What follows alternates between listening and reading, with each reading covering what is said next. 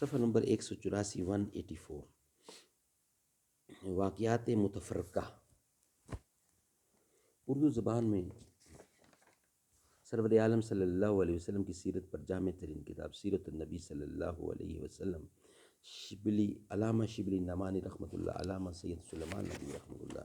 بسم اللہ الرحمن الرحیم، الحمد للہ رب العالمین والصلاة والسلام علی رسول محمد وعلی آلہ واصحابہ اجمعین۔ صفحہ نمبر 184 متفرقہ، واقعات متفرقہ۔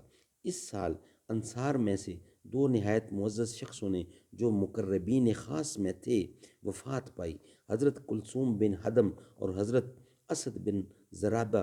کلثوم وہ شخص ہیں کہ رسول اللہ صلی اللہ علیہ وسلم نے جب قباء میں تشریف لائے تو انہی کے مکان میں ٹھہرے۔ اکثر بڑے بڑے صحابہ بھی انہی کے گھر اترتے تھے۔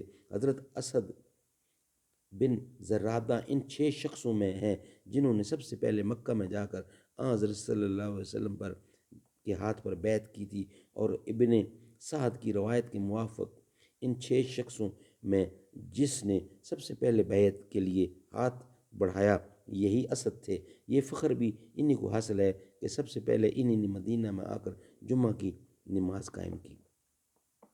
چونکہ یہ قبیلہ بنو نجار کے قریب تھے، اس لیے ان کی وفات کے بعد اس قبیلہ نے حضرت صلی اللہ علیہ وسلم سے درخواست کی کہ ان کے بجائے کوئی شخص اس منصب پر مقرر کیا جائے۔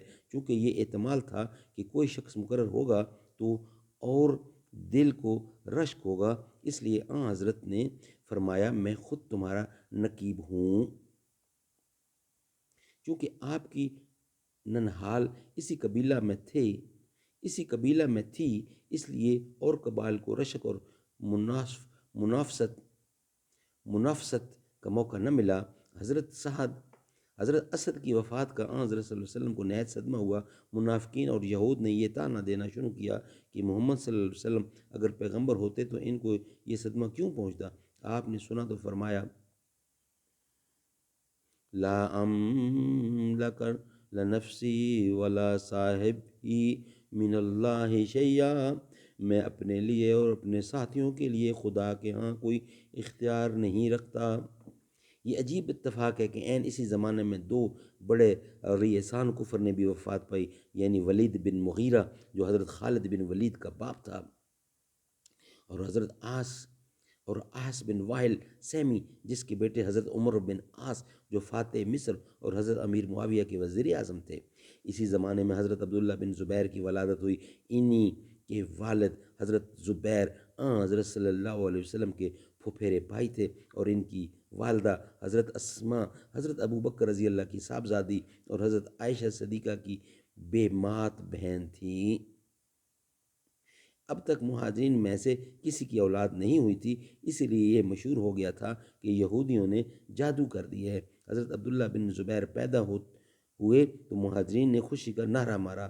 اب تک نمازوں میں صرف 2 رکعتیں تھیں، اب ظہر و عصر عشاء میں 4 رکعتیں ہو گئیں، لیکن سفر کے لیے اب بھی 2 رکعتیں قائم رہیں۔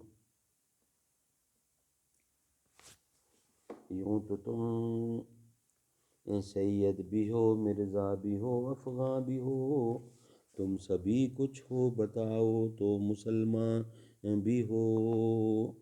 جاگنا ہے جاگ لے افلاک کے سائے تلے، تا حشر سوتا رہے گا خاک کے پائے تلے۔ کرو مہربانی تم اہل زمیں پر، خدا مہرباں ہوگا عرش بری پر۔